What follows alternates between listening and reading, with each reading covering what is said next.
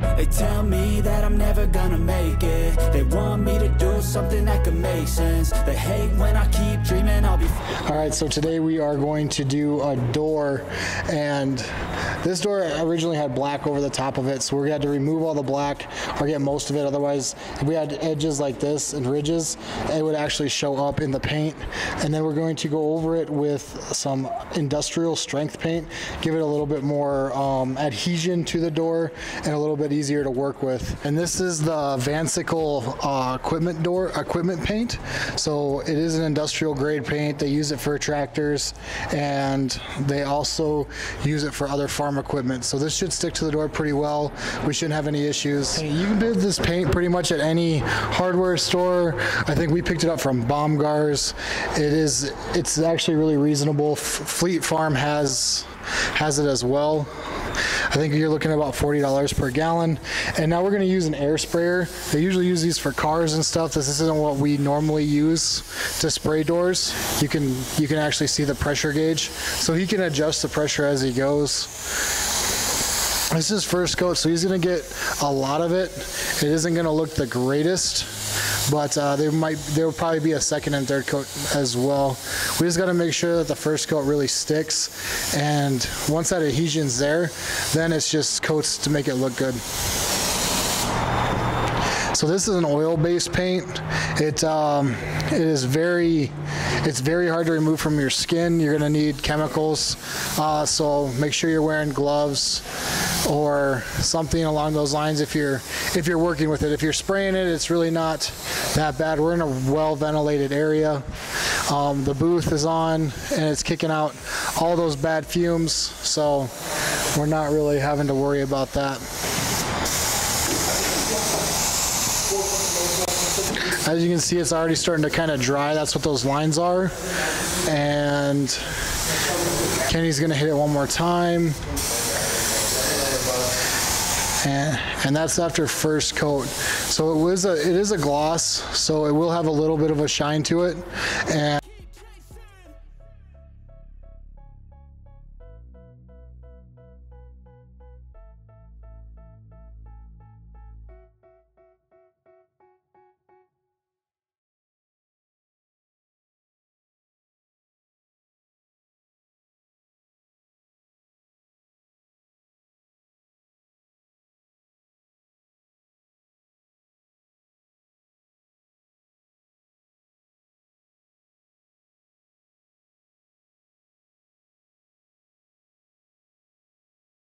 so we put the doors on handles so we can flip them and do both sides at the same time.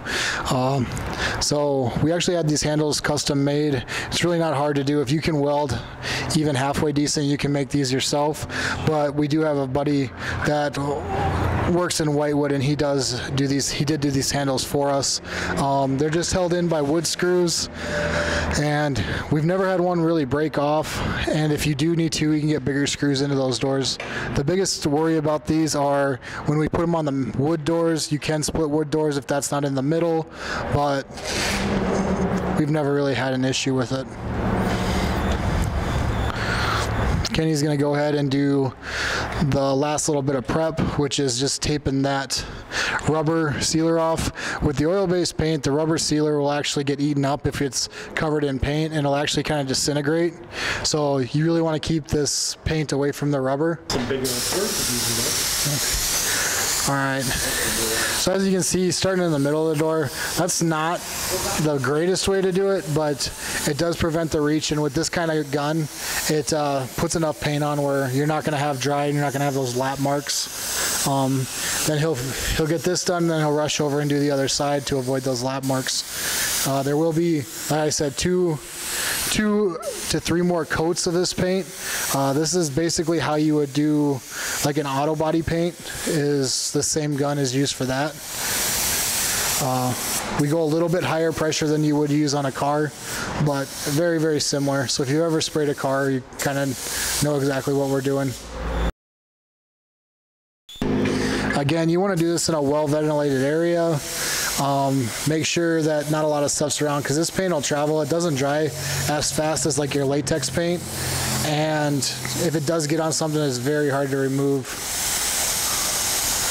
We painted that train probably 4 years ago, and I drive by it every once in a while. It's still very orange.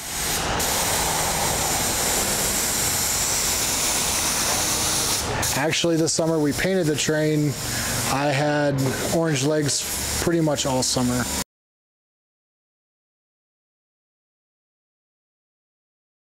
All right. So as you can see here, the shine, it is shinier than what it's going to turn out, just because it's wet, kind of layering it up. And this door will be ready for install later on in the day. Probably looking about 7 or 8 o'clock. We'll be going over there to install. This is someone's garage door, so we want to make sure that we can get it in before it's too late at night. So as you guys can see here, we're scraping the door, and so this is the first part of the prep. Originally it was painted black. They didn't like the color, and we're using a razor blade here to take off the top color. You will see some white showing through. That is the original primer of the door. And then once it's scraped, we'll go over ahead and sand it and buff it and make sure that it's kind of gritty so the paint has something to stick to. So Kenny's right now just scraping the door. Normally paint won't scrape like this. We did just paint these probably a week ago, so that is why it's coming up as easy as it is. It takes about a month to a month and a half for full cure on DTM paint, so that is something that you definitely want to look at before you use it. Sherwin-Williams has a product called Quick Snap. It's supposed to cure a lot faster than the normal DTM, but you do have to work very fast with it because it does set up very quickly. So what you're going to look for is open time, is what they call it, and make sure you talk to your paint professional or somebody that knows paint really well and really know how fast you're going to work, because that open time is very important when it comes to doors, because any kind of lap marks or something will be very visible, and it's the first thing that someone's going to see going into the home. So that's definitely something you want to really pay attention to. And here Kenny's going over, here we're going over the windows. We do have a product that we just paint on the windows, but with metal doors, it's supposed to act as a primer. We haven't tried it on the metal. We've been kind of nervous about it, so we do it on wood, but this one we're just going to go with the green frog tape and some paper to cover up these windows and make sure that they're nice and taped up. That way we don't have any overspray or anything like that.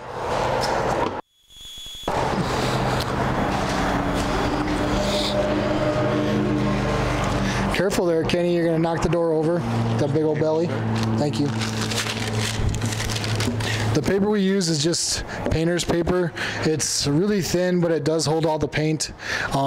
You won't see any leak through or anything with the paper, and it can sit for a little bit. You don't want to use plastic on the windows, because when you use this type of paint with a DTM or something, it does have a tendency to flake off.